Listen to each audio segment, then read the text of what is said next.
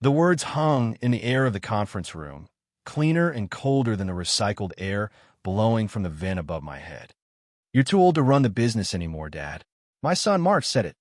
He said it with the kind of placid certainty a doctor uses to deliver a terminal diagnosis. Not cruel, not exactly, just a statement of fact. A conclusion reached after long, careful deliberation by people much smarter than me. His wife, Susan, sat beside him nodding. She had a file folder open on the polished table, its contents fanned out like a winning hand of cards. Charts, projections, something called a synergy analysis. Her expression was one of practiced sympathy. I looked from his face to hers. They were a team, a united front, and I was the problem they were here to solve. I didn't say anything. I just listened. The hum of the fluorescent lights seemed to grow louder, filling the space my own voice should have occupied. I felt the weight of my father's watch on my wrist, a heavy, familiar pressure that had grounded me for 50 years. Its ticking was a steady, mechanical heartbeat against my own suddenly erratic pulse. Mark continued, leaning forward, his hands clasped.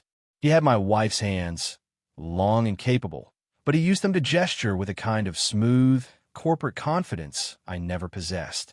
My own hands were scarred from decades of work, from metal shavings and busted knuckles. They rested on my knees, quiet and still. "We've been looking at the numbers," he said, gesturing to Susan's papers. "Q3 profits are flat. The industry is moving towards automation, digital integration. You're still using paper invoices, Dad." He said it like an accusation, like I was stubbornly clinging to a telegraph in the age of the internet. He wasn't wrong. I built Sterling Manufacturing with my own two hands and a loan my father co-signed, a loan that felt like the weight of the world at the time. I started it in a drafty garage that smelled of motor oil and ambition. I remember the day I hired my first employee, a kid named Jimmy who'd just gotten back from Vietnam, same as me. We didn't talk about where we'd been. We just worked. I taught Mark everything I knew. I let him trail me through the workshop when he was a boy, the smell of sawdust and welding flux clinging to his clothes. I showed him how to read a blueprint, how to calibrate a lathe until it ran true. I put him through college, then business school, so he could have the opportunities one never did. I thought I was building a legacy. It turned out I was just building his inheritance. Susan slid a document across the table. It was thick, bound in a blue cover. "This is a comprehensive succession plan, Frank," she said. Her voice was smooth, polished, like everything else about her. "It outlines a seamless transition of leadership. Mark will take over as CEO. We've arranged a very generous retirement package for you. A condo in Florida, if you want. You've earned a rest." A rest. It sounded like being put out to pasture. I looked at the document. My name was on the front, but the words inside were alien to me. I knew, without reading a single line, that it was a cage. A comfortable, well-appointed, legally binding cage. I didn't touch it. My silence was making them uncomfortable now. It was a tool I hadn't realized I possessed. Mark shifted in his chair. Susan's smile tightened at the edges. "Dad, did you hear us?" Mark asked. "This is a good thing. For everyone. For the company." "The company's name is Sterling," I said. My voice was rough and used. It was my wife's maiden name. Martha. I put her name on the building because she was the steel in my spine. She was the one who believed in me when all I had was a rented garage and calloused hands. They both stared at me. "Of course," Susan said quickly. "It's a wonderful name. A legacy name." She didn't get it. She never would. To her, it was just branding. I stood up. My knees popped a small, quiet protest. The chair scraped against the floor, the sound unnaturally loud in the tense quiet. "I need to think," I said. Mark stood up too, a flicker of something, annoyance, relief, in his eyes. "Take all the time you need. But the board meeting is on Friday. We'd like to present a united front." The board. He meant the two new investors he'd brought in, slick young men who talked about leveraging assets and maximizing shareholder value. They looked at my workshop, the one I'd built with my own sweat, and saw only unrealized capital.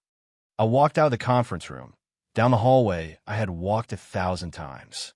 The pictures on the wall charted the company's history. A grainy black and white of me and Jimmy with our first big contract. A color photo of the day we broke ground on the new facility, mark a little boy in a tiny hard hat, holding my hand. A picture of Martha cutting the ribbon, her smile so bright it could have powered the whole building. My building. My company. My life. I didn't go back to my office. My office was a museum now, full of things they considered obsolete. A rotary phone. A heavy oak desk my father had owned. Framed purchase orders written out in my own hand. Instead, I walked out the front door, into the afternoon sun. I didn't say goodbye to the receptionist. I just walked. I got into my truck. It was an old Ford, 20 years old at least. The seat was worn smooth, shaped to my body. It smelled like me, a faint mix of coffee, sawdust, and old leather.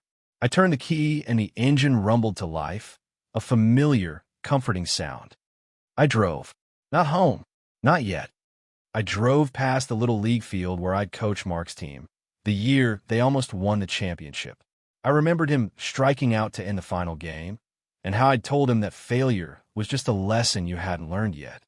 I drove past the hospital where Martha had spent her last days, the place where the world had gone quiet and gray.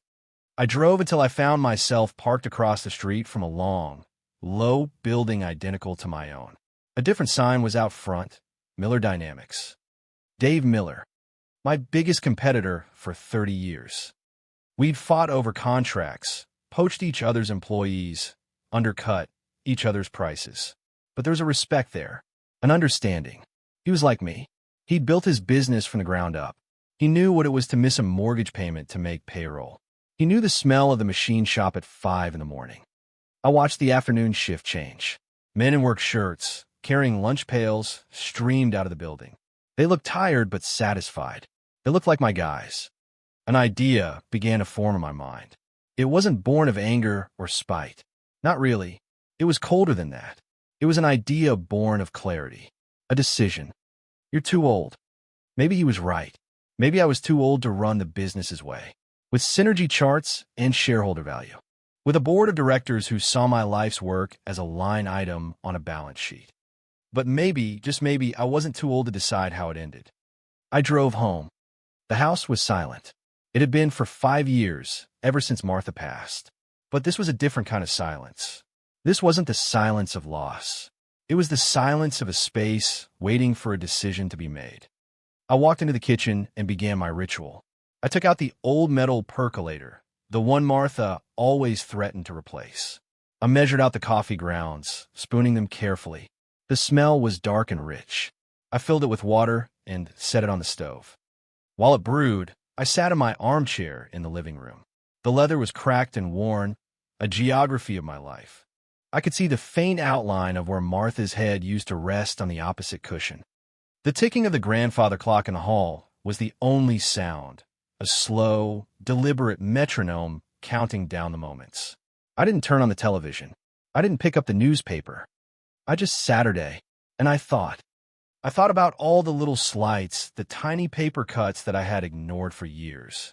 The family barbecues where Mark and Susan insisted on manning the grill because my methods were old-fashioned. The Christmases where my gifts, carefully chosen, were met with polite, distant smiles before being set aside.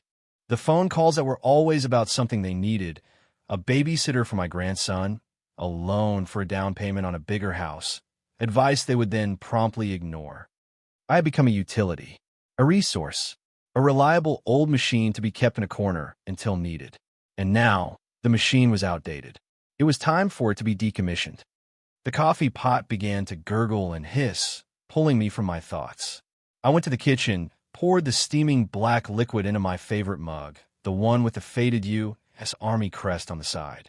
I didn't add sugar or cream. I wanted to taste the bitterness. I took the mug into my study.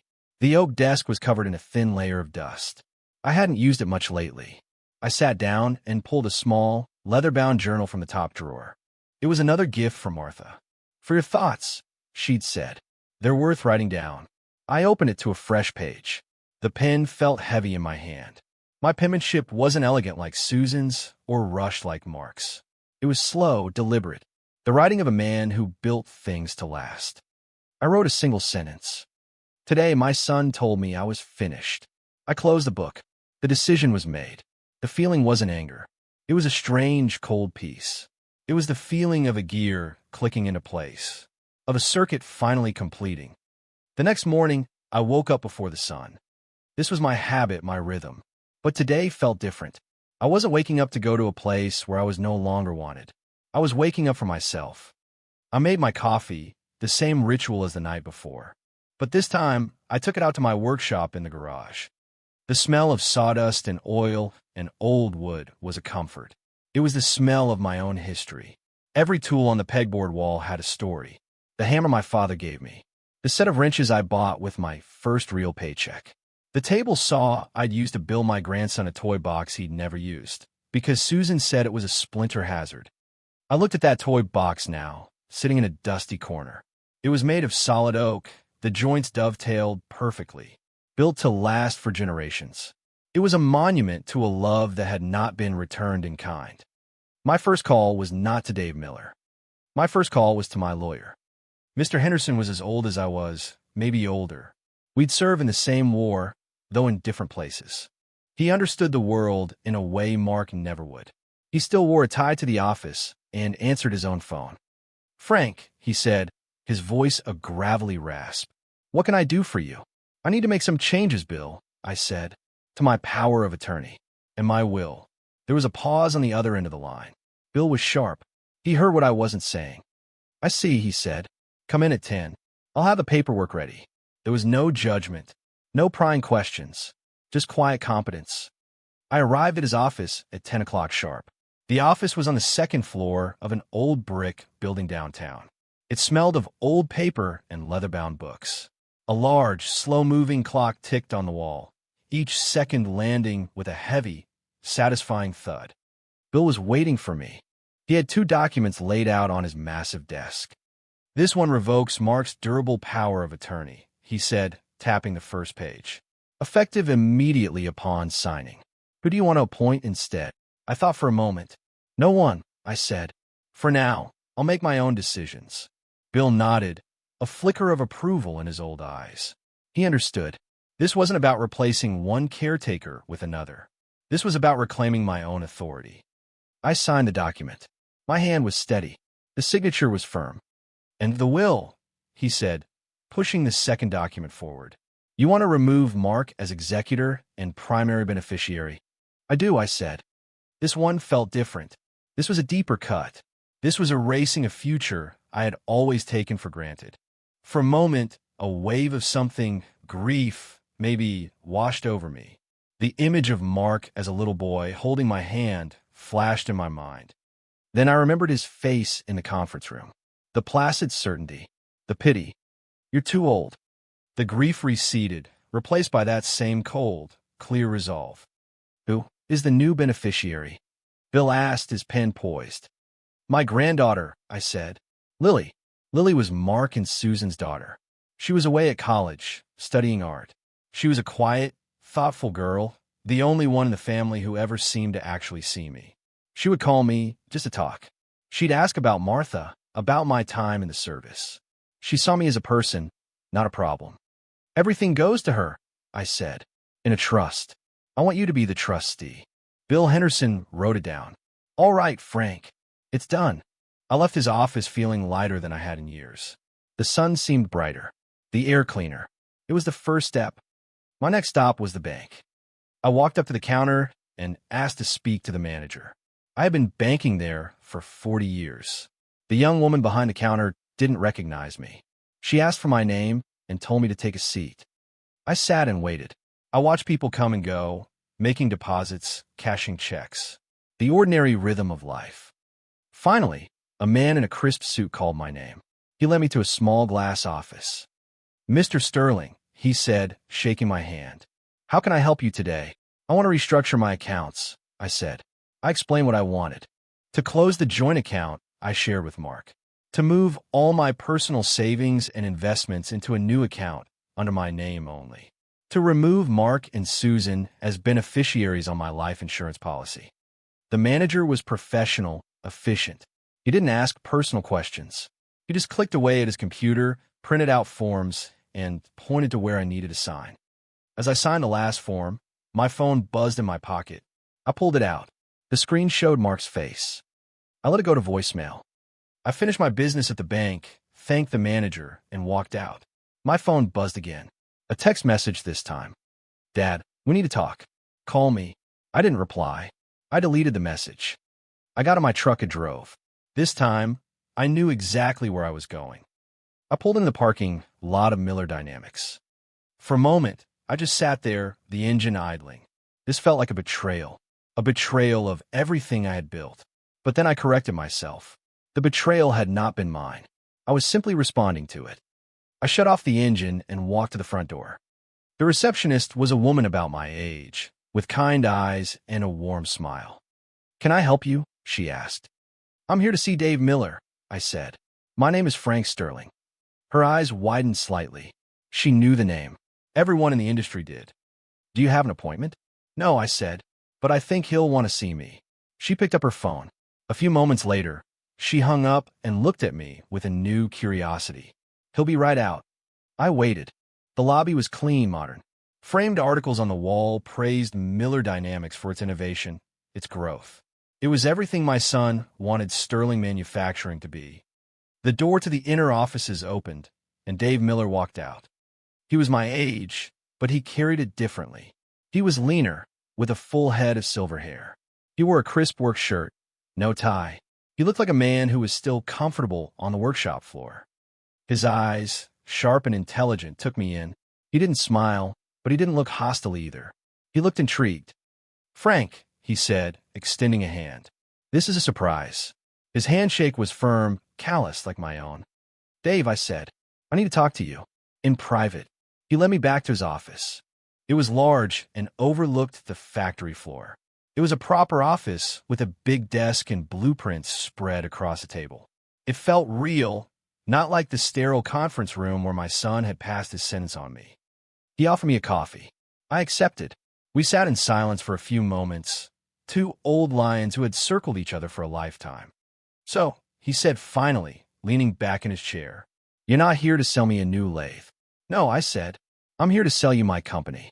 Dave Miller didn't flinch. He just watched me, his expression unreadable. He took a slow sip of his coffee. "Why?" he asked. It was the only question that mattered. I could have given him a business reason, talked about market consolidation or exit strategies. But I didn't. I owed him the truth. I owed myself the truth. "My son thinks I'm too old to run it anymore," I said. A flicker of understanding crossed his face. He nodded slowly. He had children of his own. He knew the world was changing. He knew the quiet, casual cruelty of the young. "He wants to take over," Dave guessed.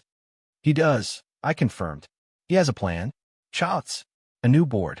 He wants to turn it into a place like this." I gestured around his modern office. "And he's probably right.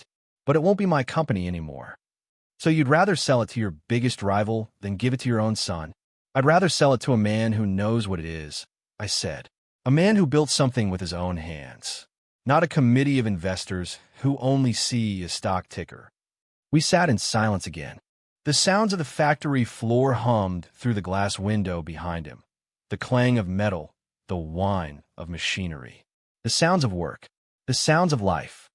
"You know I'll absorb it," he said, his voice level. "I'll keep your best people, your client list. But the name, Sterling Manufacturing, it will cease to exist." I thought of Martha. I thought of her name on the sign. "A name is just a name," I said, the words tasting like ash in my mouth. "It's the work that matters. The people.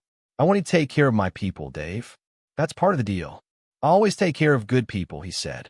It was a simple statement of fact. "I know," I said. He leaned forward, his eyes fixed on mine. "Are you sure about this, Frank? This is your legacy." "My legacy is not a building," I said. "I'm starting to think my legacy is a choice." This choice. He stood up and walked to the window, looking down at the bustling workshop below. "Have your lawyer draw up a letter of intent," he said, his back to me. "I'll have my people look at it. We'll pay a fair price. A very fair price." He turned back to face me. "One condition." "What's that?" "You let me be the one to tell your son." A slow smile spread across my face.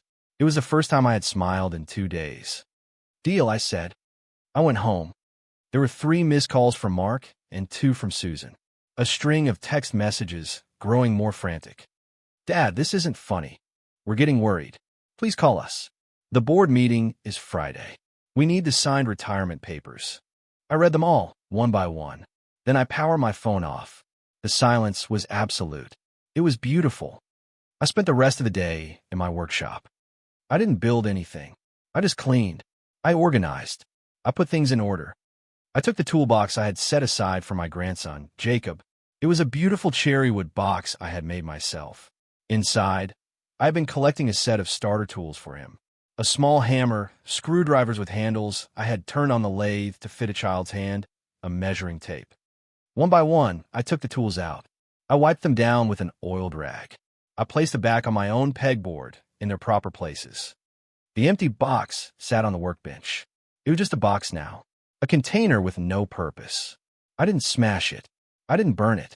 I just slid it under the workbench into the shadows, out of sight. That evening, there was a knock on the door. I knew who it would be. I opened it to find my granddaughter, Lily, standing on the porch. She had a backpack slung over her shoulder and worry in her eyes. "Grandpa," she said, "Mom and Dad have been calling me. They're freaking out. They said you've gone missing." "I'm not missing," I said, stepping aside to let her in. "I'm right here." She walked into the house, her eyes scanning the familiar space. She was looking for signs of distress, I suppose. A mess. Something out of place. But the house was cleaner than it had been in months. "They said you wouldn't answer your phone," she said, her voice soft. "I turned it off," I said. "I wanted some quiet." She looked at me, really looked at me. Her eyes were sharp, like her grandmother's. She saw things other people missed. "Did something happen?" she asked. I didn't answer right away. I just led her to the kitchen and put the kettle on for tea. She always liked tea. We sat at the small kitchen table, the one where she'd done her homework as a little girl. The silence between us was comfortable, not strained like it was with her parents. Finally, I told her. I told her about the meeting, about the succession plan, about the words her father had said. I didn't tell her with anger or self-pity. I just laid the facts out, plain and simple. She listened without interrupting. Her teacup grew cold in her hands. When I finished, her face was pale. "He said that?" she whispered. "He said you were too old." I nodded. A single tear traced a path down her cheek. She wiped it away angrily. "I'm so sorry, Grandpa," she said, her voice thick with emotion. "That's not right. After everything you've done, for him, for all of us, it is the first time anyone had validated my feelings. The first time anyone had acknowledged the injustice of it. It was like a dam inside me broke. I didn't cry, but the tension I'd been holding in my shoulders, in my jaw, for years began to dissolve. "It's all right, Lily," I said, my voice hoarse. "It just clarified things."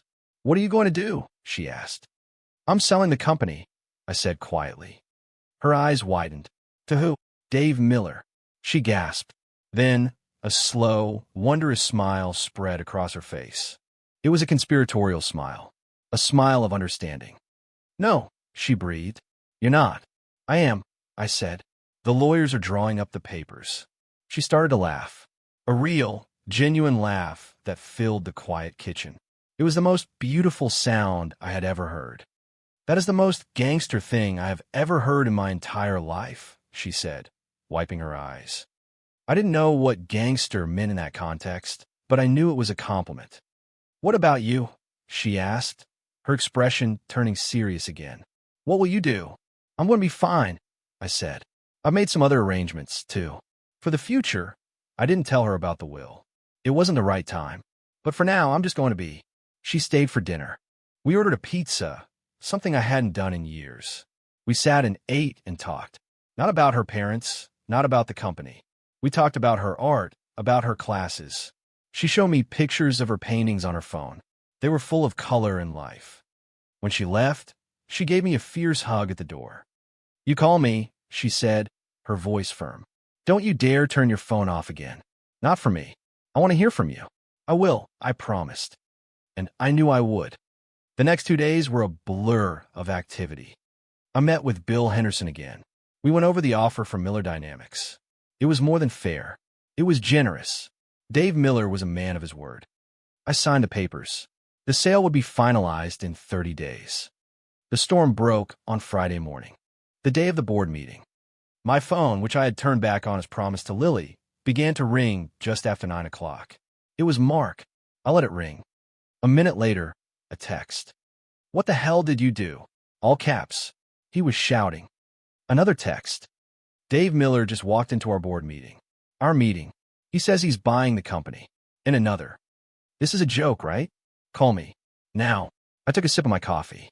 I was sitting on my back porch, watching the birds at the feeder Martha had hung. The morning was cool and bright. I didn't reply. An hour later, a car screeched to a halt in my driveway. I heard a car door slam, then furious pounding on my front door. I took my time. I finished my coffee. I rinsed the mug in the sink and set it in the drying rack.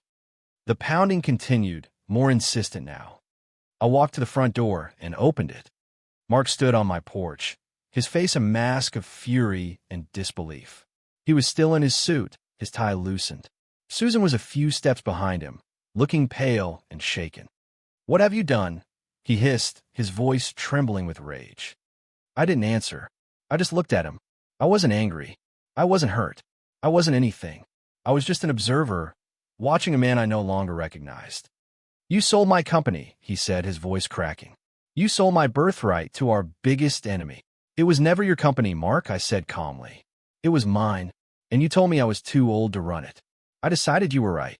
This was a trick," Susan cried from behind him. "A manipulative, cruel trick to punish us." "It wasn't a trick," I said, my gaze still fixed on my son. "It was a business decision. You taught me all about those. About making the hard choices for the good of the company's future. I just took your advice." Mark looked like I had slapped him. He was speechless. He opened his mouth, then closed it again.